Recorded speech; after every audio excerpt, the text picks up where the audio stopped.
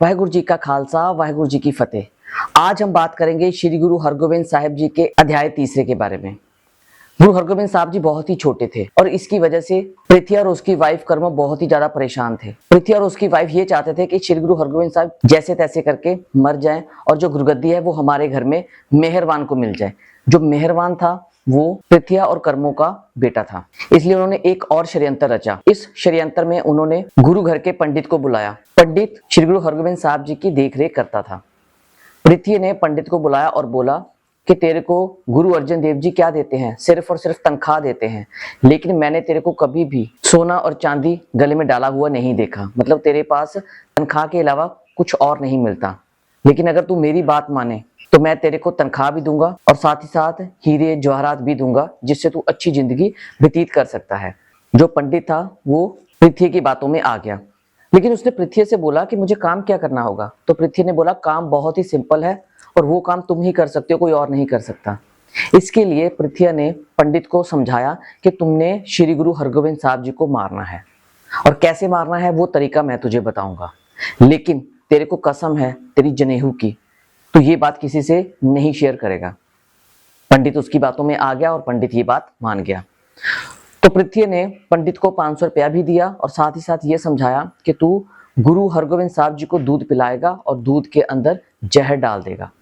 पंडित ने वैसा ही किया। पंडित ने दूध लिया, दूध के अंदर जहर डाल दिया और वो दूध श्री गुरु हरगोबिंद साहब जी को पिलाने की कोशिश करी। गुरु हरगोबिंद साहब जी उस वक्त बहुत ही छोटे थे, उन्होंने दूध पीने से इनकार कर दिया, लेकिन पंडित ने जैसे ही फोर्सफुली उस दूध को पिलाने की कोशिश करी तो गुरु हरगोबिंद साहब जी रोने लग पड़े। तो गुरु अर्जन देव जी ने सोचा कि ये रो क्यों रहे हैं, पंडित से पूछा। तो पंडित ने बोला बच्चा इसलिए रो रहा है, दूध नहीं पीना चाहता। तो गुरु अर्जन देव जी मुस्कुराए, उन्होंने अपने हाथों में श्री गुरु हरगोबिंद साहब जी को लिया और दूध पिलाने की कोशिश करी, लेकिन गुरु हरगोबिंद साहब जी ने मुख फेर लिया। गुरु अर्जन देव जी समझ गए कि कोई दिक्कत है, उन्होंने वो दूध बाहर फेंकवा दिया। इतिहासकारों के अनुसार बताया जाता है कि वो दूध किसी कुत्ते ने पी लिया और वो पीने के बाद मर गया, और जैसे ही वो कुत्ता मरा साथ ही साथ पंडित को भी पेट में दर्द होना स्टार्ट हो गया, बहुत ज्यादा दर्द हुआ, लेकिन उसको आखिरकार ये बताना ही पड़ा कि दूध में जहर मैंने मिलाया था पृथ्वी के कहने पे, जिसकी वजह से पंडित की भी बाद में मृत्यु हो गई। अब गुरु अर्जन देव जी के पास पॉइंट था पृथ्वी के खिलाफ बोलने का, तो उन्होंने पृथ्वी को फटकार लगानी चाहिए। पृथ्वी को इस बात की भनक लग गई, पृथ्वी घबरा गया। पृथ्वी ने उससे पहले ही एक सुलेह खान नाम का एक बंदा था जिसके पास कई गांव की जागीर थी, उसने क्या किया, सुलेह खान से बात करी और बात करने के बाद ये बताया कि हम ऐसे करते हैं, हम दिल्ली चलते हैं, अकबर के पास जाके गुरु अर्जन देव जी की शिकायत करते हैं और इनको जैसे तैसे करके फंसा देते हैं। सुलेह खान पृथ्वी दोनों दिल्ली आए, अकबर के पास आके इन्होंने शिकायत करी, लेकिन अकबर ने मुंह पे ही इनकार कर दिया कि जो धर्म का काम है, जो धर्म का काम कर रहे हैं लोग, मैं उनकी बातों में नहीं आ सकता, मैं उसमें कोई भी इंटरफेयर नहीं करूंगा, आप अपना काम खुद सुलझाएं। पृथ्वी की इस बात से बहुत ही ज्यादा बेइज्जती हुई। अब पृथ्वी वापिस आ गया, बहुत ही ज्यादा परेशान था। उसी समय के दौरान श्री गुरु हरगोबिंद साहब जी को गुरु अर्जन देव जी ने पढ़ाने के लिए महादेव जी के पास लेके गए। ये महादेव जी कौन थे, जैसे पृथ्वी श्री गुरु अर्जन देव जी के भाई थे, इसी तरह महादेव भी गुरु अर्जन देव जी के भाई थे। तो गुरु अर्जन देव जी ने महादेव जी को बोला कि आप ऐसे कीजिए, आप ये जिम्मेवारी लीजिए और श्री गुरु हरगोबिंद साहब जी को पढ़ाने की कोशिश करें। महादेव जी ने बोला कि मैं ये काम नहीं कर पाऊंगा क्योंकि ये बहुत ही बड़ा जिम्मेदारी वाला काम है, इसके लिए आपको बाबा बुड्ढा जी के पास जाना चाहिए, क्योंकि बाबा बुड्ढा जी बहुत ही तजुर्बेकार हैं और वो गुरु नानक देव जी के साथ काफी समय तक रह भी चुके हैं। गुरु अर्जन देव जी को ये बात अच्छी लगी, उन्होंने फिर क्या किया, गुरु हरगोबिंद साहब जी को बाबा बुड्ढा जी के पास लेके गए।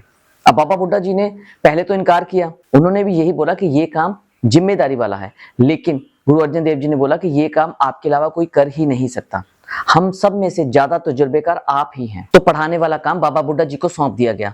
अब बाबा बुड्ढा जी ने 35 अखरी फट्टी पे लिखा और गुरु हरगोबिंद साहब जी को सिखाना स्टार्ट कर दिया, और गुरु हरगोबिंद साहब जी ने वो 35 अखरी इस तरह से सीख ली जैसे उनको पहले से ही आती थी, बड़ी जल्दी ही सीख लिया। फिर उनको व्यंजन को जोड़ना सिखाया, वो भी गुरु हरगोबिंद साहब जी ने बहुत ही जल्दी सीख लिया। तो लिखाई वाला और पढ़ाई वाला जितना भी काम था वो बाबा बुड्ढा जी ने श्री गुरु हरगोबिंद साहब जी को सिखा दिया। तीरंदाजी, शस्त्रबाजी, ये सारा काम भाई गुरदास जी ने गुरु हरगोबिंद साहब जी को सिखाया। ये सारा काम सीखने के बाद गुरु हरगोबिंद साहब जी को गुरुद्वारा साहब में लेके गए, वहां पे माथा टेका और अकाल पुरख वाहिगुरु जी का शुक्र किया कि हमने ये काम सिरे लगा दिया। लेकिन बदकिस्मती से अकबर की थोड़े ही समय के बाद मृत्यु हो गई। फिर सुलई खान, चंदू, पृथ्या, इन तीनों ने मिलकर बहुत ही ज्यादा षड्यंत्र रचे और षड्यंत्र रचने के बाद अब जहांगीर को ये मैसेज पहुंचाने लग पड़े। जहांगीर अकबर का बेटा था, लेकिन वो बहुत ही ज्यादा क्रूएल था। जैसे तैसे करके पृथ्या, सुलई खान और चंदू, इन तीनों ने गुरु अर्जन देव जी के खिलाफ कंप्लेंट करके जहांगीर को समझाया। जहांगीर ने गुरु अर्जन देव जी को लाहौर बुलाया और ये उस वक्त बताया जाता था जिस बंदे को भी, जिस इंसान को भी लाहौर में बुलाया जाता था उसको मार दिया जाता था। फिर गुरु अर्जन देव जी को भी बुलाया, वहां पे बुला के तख्ती तबी पे बैठा के और उनको शहीद कर दिया। अगले अध्याय की बात हम अगली वीडियो में करेंगे। आपको ये वीडियो कैसी लगी आप हमें कमेंट बॉक्स में जरूर बताएं। वाहिगुरु जी का खालसा, वाहिगुरु जी की फतेह।